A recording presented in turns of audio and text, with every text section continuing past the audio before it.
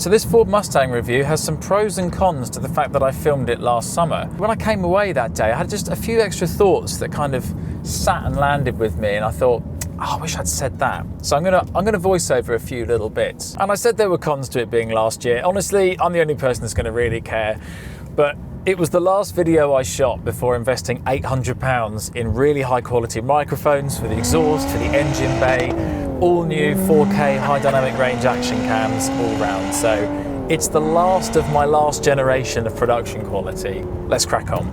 One of my favourite things about doing a YouTube channel with cars is discovering things that I'd underestimated turned out to be brilliant. Cars that I've already made up my mind, they're not for me, not interested, I don't look at them in car parks. When somebody offers me the opportunity to drive one, I often discover there's actually magic there that I'd written off too early. This is the total opposite of that. This is a car that I think I want it to be amazing. It's the first Ford Mustang right-hand drive in the UK. It's a really big deal to us. Americans, you're not gonna get it, but Europeans, you know why. And so it's got big boots to fill. I'm really excited. And yet the other question I've got for this entire thing is, why haven't they sold that well? To me, this is the far more exciting choice than a 4 Series, a TT, a C-Class Coupe, whatever it is. This is the adventurous option to me. And yet sales haven't been that great. So I'm kind of wondering, have they not sold for a reason? Or have they not sold that well here because we don't have the Ford Mustang heritage here? Is it just that people who finally have money have always looked at an Audi, always looked at a BMW or something else like that, maybe a Jaguar, an F-Type or something?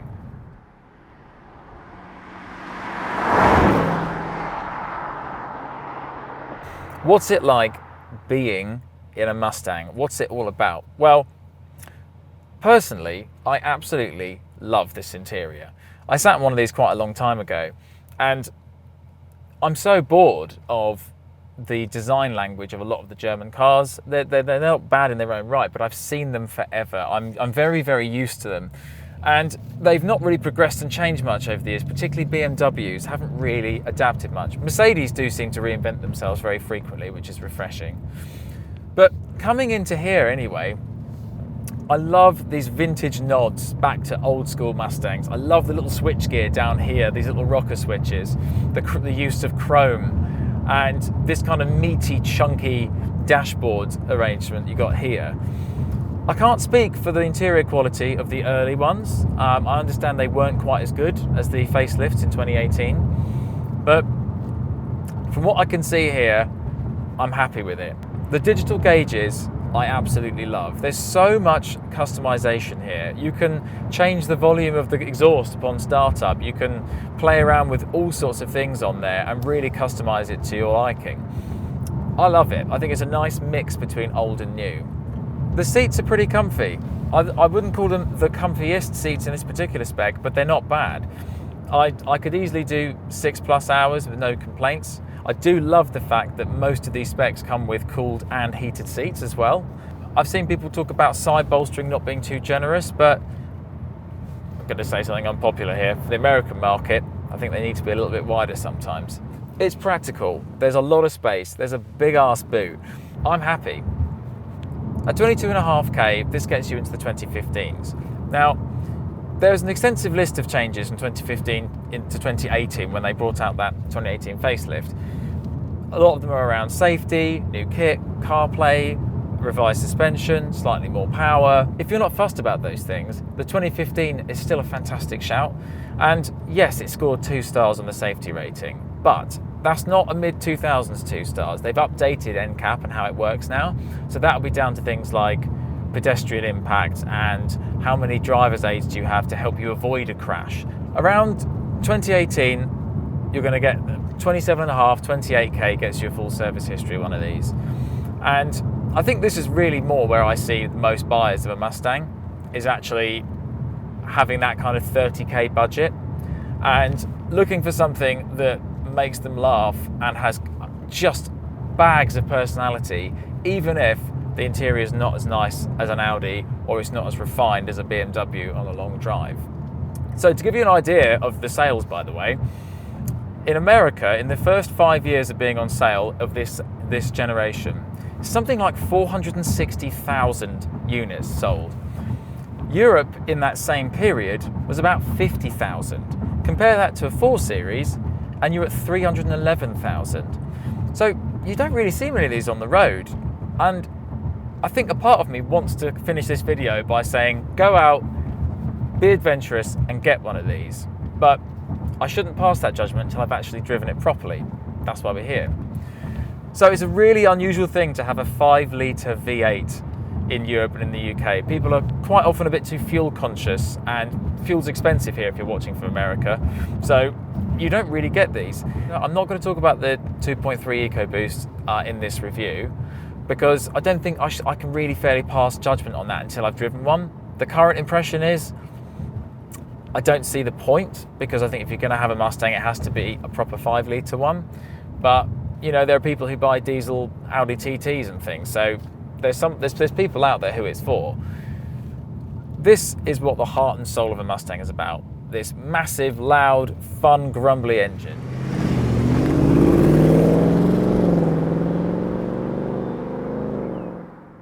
It's a really hard car to place who it's for and who its rivals are. It really honestly is. For example, you might say, oh, you can get a Jaguar XK or an XKR with a big 4 or 5-litre V8 in it and this kind of personality. But it's not. It's that kind of classy gentleman's Aston Martin DB9 vibe. It's not comparable. An Audi S5 with a 4-litre V8 before they changed it, not really comparable. Is this aimed at Porsche 911 customers? I don't think so. It's a different price range entirely. So you can sit there comparing it to Supras, F-Types, TTs. It's mind-boggling. So ultimately, I want to drive it and decide for myself who I actually think this car is best suited to. So let's find out how she rips.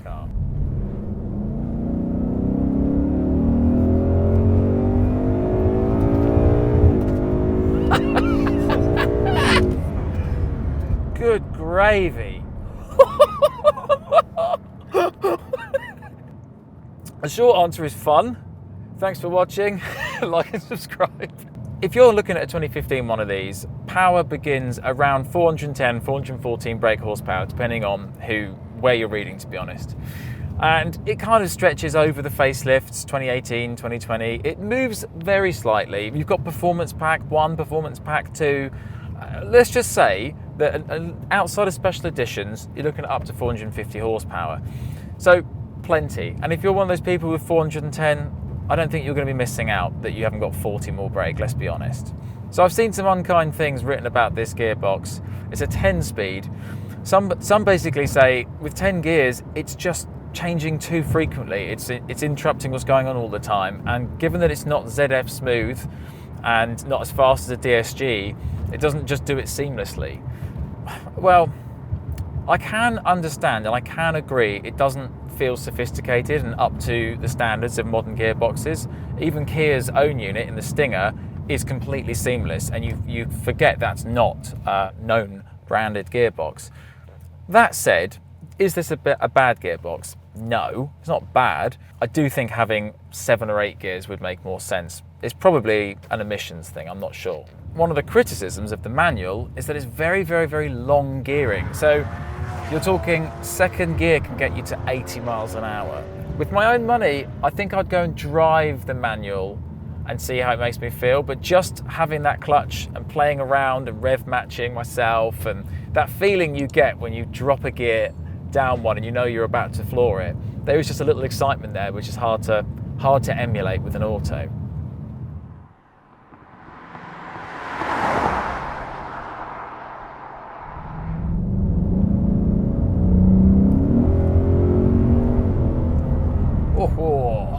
Oh, it sounds mega.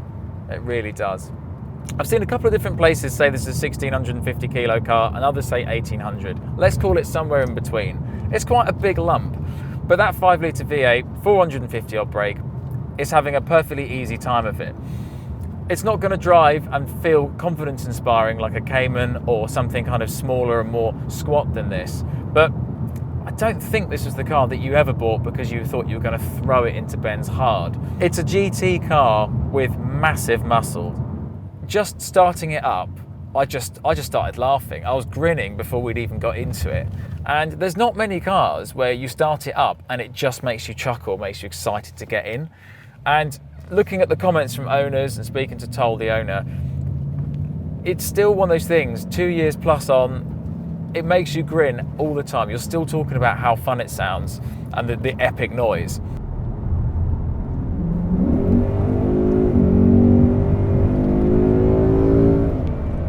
Bloody hell. God, the speed that gets going. My God.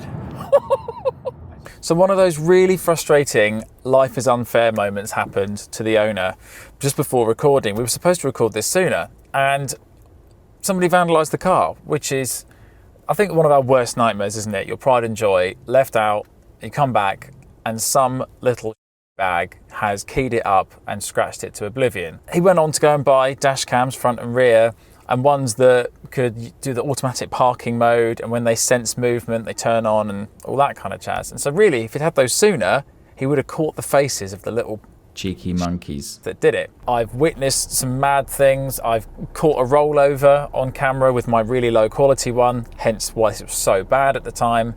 When Viofo got in touch, I thought, I've actually got one of your cameras and you are the brand and the model of camera that I actually recommend to friends and family, and many people actually have bought them prior to them getting in touch.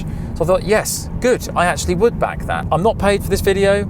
There is a discount code should you decide to buy one, great, and it does give me a tiny little commission, but honestly, this video is not going to change my life. It really isn't. So take that as you will. But let's talk about this thing real quick. So 4K high quality sensor, another leap forward.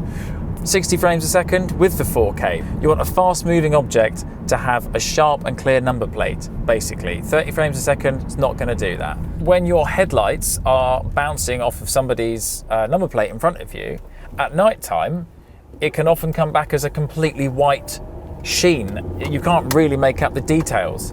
But with high dynamic range, it's not overblown and you can still read the number plate. So a very practical use of why you want that at night specifically. Wi-Fi 6, so if something happened, you can press a button, lock this clip, make sure it's not going to get overwritten, and then through the app, you can transfer a minute's worth of 4K footage in 10 seconds. You can also record to an SSD, which is very clever, or you can export to an SSD out of the side. Rear camera as well, that's also using that high quality sensor I spoke about, although it does it in 2K.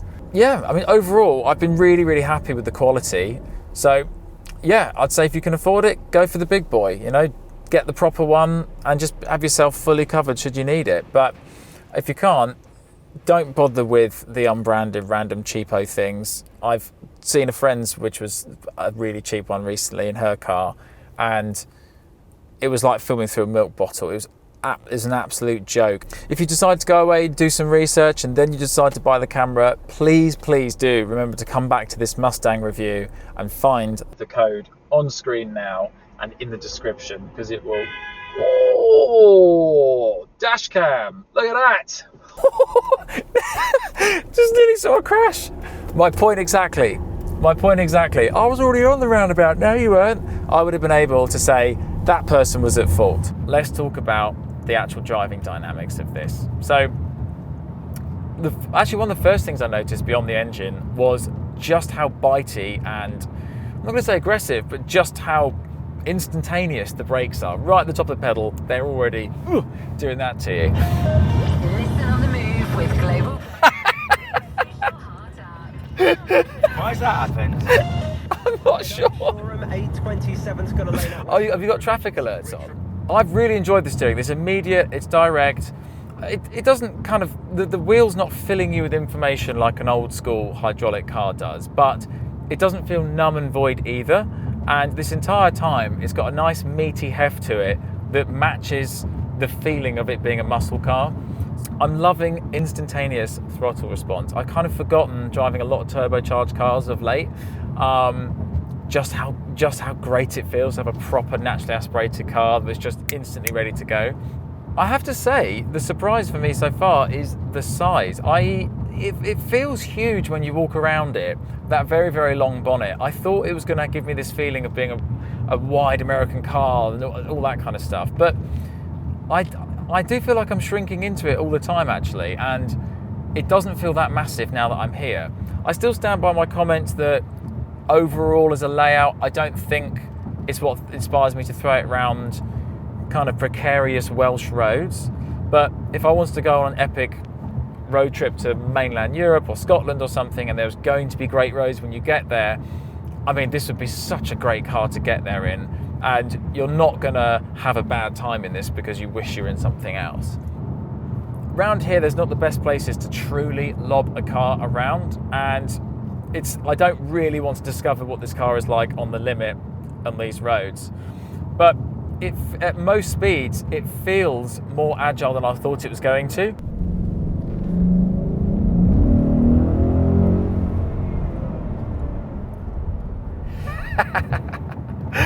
Oh, that is fun. In the UK, who do I think the Mustang is for? Well, the people I know who've bought one or considered one, or let's say have rivals to such a car, they tend to be people who don't rely on driving. They're not commuting to work many times a week, if at all. And it tends to be their treat to themselves, their sports car, that every time they get in, it just makes them grin ear to ear. It doesn't therefore have to be the comfiest thing. It's not going to be race car slammed and uncomfortable, but it has to be something above that.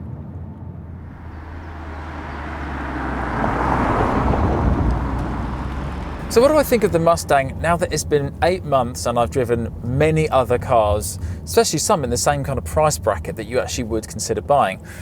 Well, overall it's left a really good impression. I do look back favourably on that car, but I have to say there are two things that have stuck out now. I think one of those is the sound, but thankfully it's obviously fixable.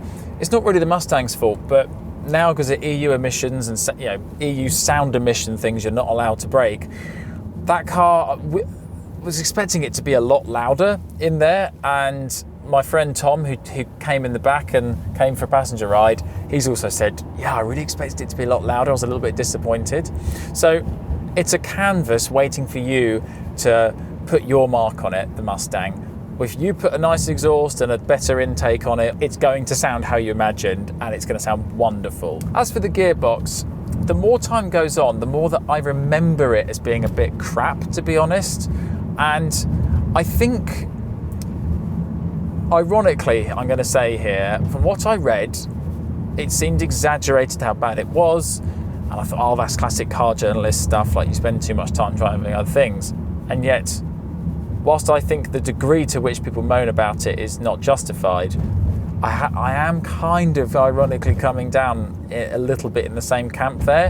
Having driven a lot of other cars with nice auto gearboxes since, it's the Achilles heel, and because it's so rare that you can have a manual V8 these days, I think you have to do it. Overall, I think if I could have an equivalent 4 Series A5,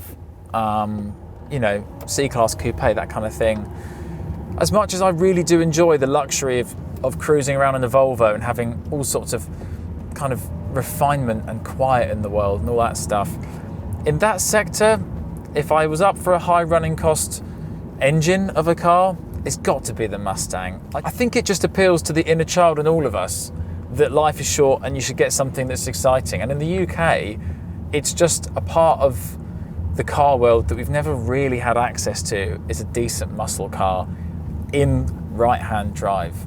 So it still gets a thorough recommendation. So I'd love to hear your thoughts down below after you've hit like, subscribe, and please do hit the bell notification. It makes a huge difference. I only upload probably 2 videos a month, so you're not going to be harassed with notifications, but it means I actually have a chance of cutting through the 300 other channels that you subscribe to. So it'll be absolutely fantastic. Have a great one. I'll see you in the next one.